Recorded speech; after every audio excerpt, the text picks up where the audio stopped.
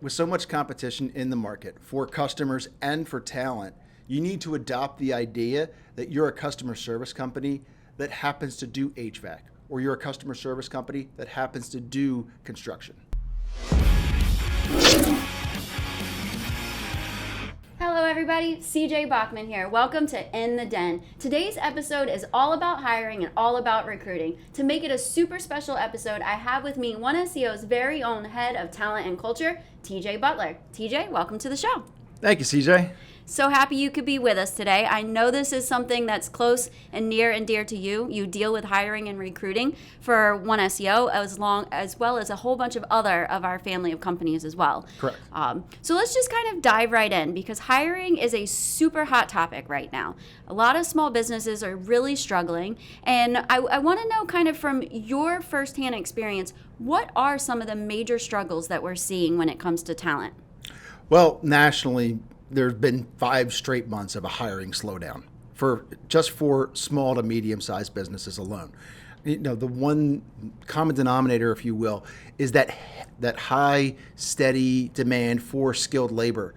And right now, you know, openings are outpacing the available talent from a 2 to 1. Okay, so the state of the job market is changing a lot. There's like so much flux going on. So you had COVID and it hit hard and people couldn't work or didn't want to work or didn't feel safe working.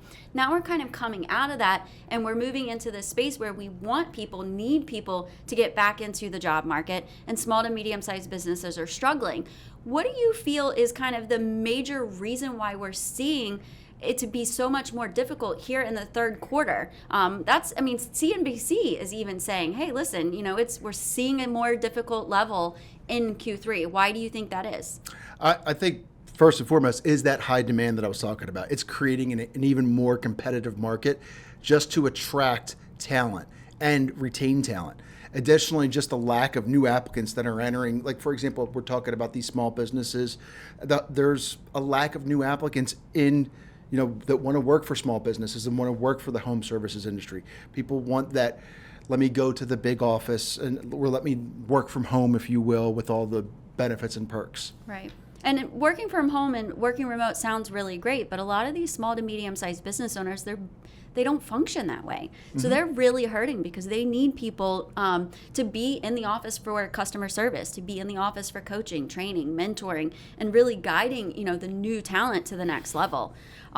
We also hear a lot about pay, and that being one of the big hurdles that a lot of home services and small and medium-sized businesses are struggling with. What are your thoughts on, having to make pay so much more competitive in order to entice workers? I actually am adverse to that. Sure, you can throw money at talent, but it's not going to serve your short-term needs. You want to look at the overall compensation package that you offer. So it's your salary plus any paid time off that you offer, any healthcare benefits that you may offer, and then what your organization may provide for the employees, whether it's training, whether it's career development, the overall arch. Those are just a few things that are going to help you differentiate from the competition. And it's not only going to help you attract new talent, but you're going to be able to better retain your current talent. This way other companies aren't poaching from you. Right, absolutely. And I agree with you. I think that it's really easy to say that money is the issue. But now with COVID kind of being slowly behind us and businesses getting back to normal and businesses also seeing the influx of work that resulted from so many people being home, they need talent more now than ever. And just throwing money there isn't going to keep it. So I like the idea of really paying attention to your full benefit package and your full offering, because you don't just need to get an employee, you need to be able to keep and retain them. To carry that a step further, your employees will bring in referrals, not just for other employees, but for new customers as well. Yeah, absolutely. I definitely think that your customers want to feel like they're working with a company that cares about their employees and that their employees are going to stick around. I know from One SEO, anytime we have an employee leave, we do spend a lot of time trying to reassure our clients and help them understand that there's someone there to kind of pick up that slack and make sure that they're taken care of. So let's kind of switch gears a little bit and kind of talk about the customer first mindset, right? Because that's something that I truly believe we do here at One SEO, and I don't think enough small and medium-sized businesses understand that. So what does that mean to you, and how can it benefit a client? Sure. So CJ, with so much competition in the market, not just for customers and talent, you need to adapt the idea that you're a customer service company that happens to do HVAC, or you're a customer service company that happens to do home construction or remodeling or electrical, whatever the case may be, whatever area of home services it really is, or whatever your small business is. And this mindset needs to be a real top-down approach, because when it comes from the top down, that consistent follow-up, it's going to bleed through, and it's going to develop what your real culture is. I think that's one of the benefits that we have here, is that really is the One SEO culture, is that client-centric model. Yes, we have perks, and the fully stocked kitchen or the gym or anything. Those aren't culture. Yep. Having pizza on Mondays and Wednesdays, that's not culture. Right. What culture really is how you take care of your clients and how you grow your business, but then how you take care of your people. Yeah. And that's what grows a business. So TJ, I wanted to talk a little bit, you had mentioned about like the food and different types of culture. And I am a huge advocate for building the right kind of culture, but I want to make sure that business owners understand that when you look to build a culture, the food, the games, the fun, that's only a piece of it, but it serves a purpose. So for example, we polled our employees years and years ago to find out if what was important to them was putting food in the kitchen or more money in their pocket. And I was actually really shocked about the amount of people that wanted to see more food in the kitchen versus more money in their pocket. But one of the things that those culture-esque type things do is they bring those people together. Yeah. Your employees now aren't just your coworkers, but you start to build these long-lasting relationships, and it makes it much easier to collaborate. It makes it much easier to feel like a family, to handle the bad days when you have people that you enjoy working with.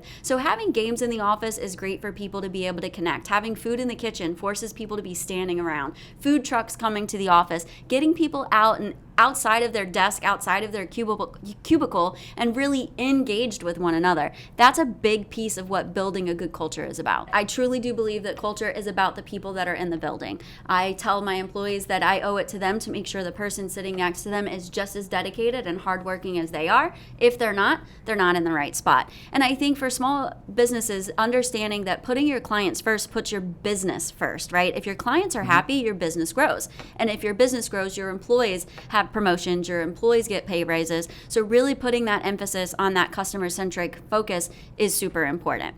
Now, I know we're still seeing a lot of aggressive hiring going on, especially with a lot of our clients.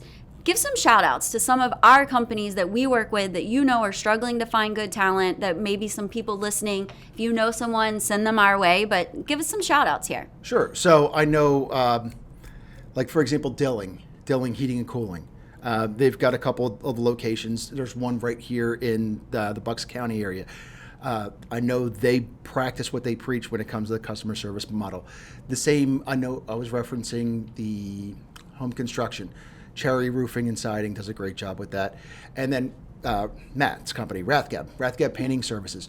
They're very much into the customer service approach model. Okay, and I know our audience has learned a lot about Rathgab and Cherry over the years because they've been able to, hear firsthand about those businesses growing. So if you are in the service industry, if you are a service technician, a customer service representative, if you have HVAC experience, if you're a skilled tech, give us a call. We'll put you in touch with the right organization, but we have people coming to us constantly looking for help, and we want to help them out, and we want to help you get your butt in the right seat. So give us a call.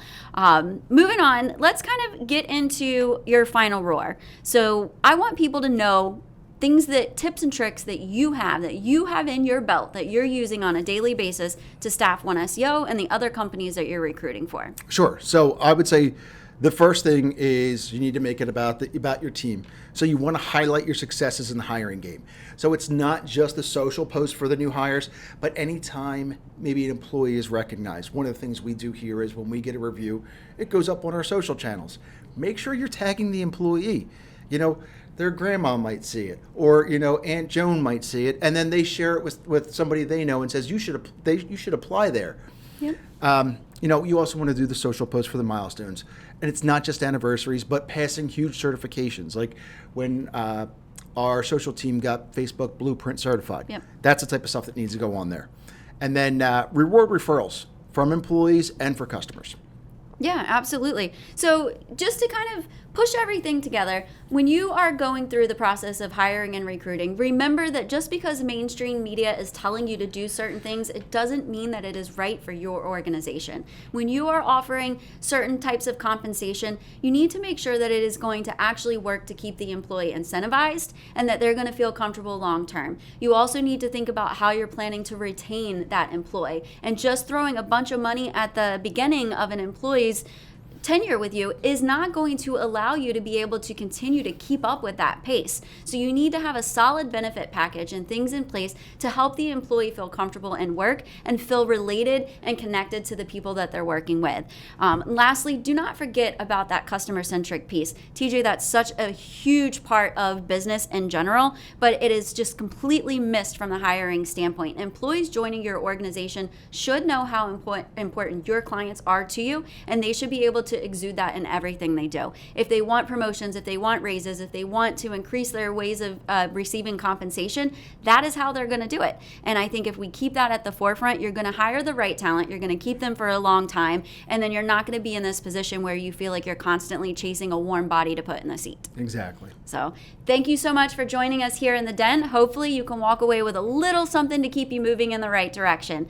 Thank you so much, and we'll see you next time.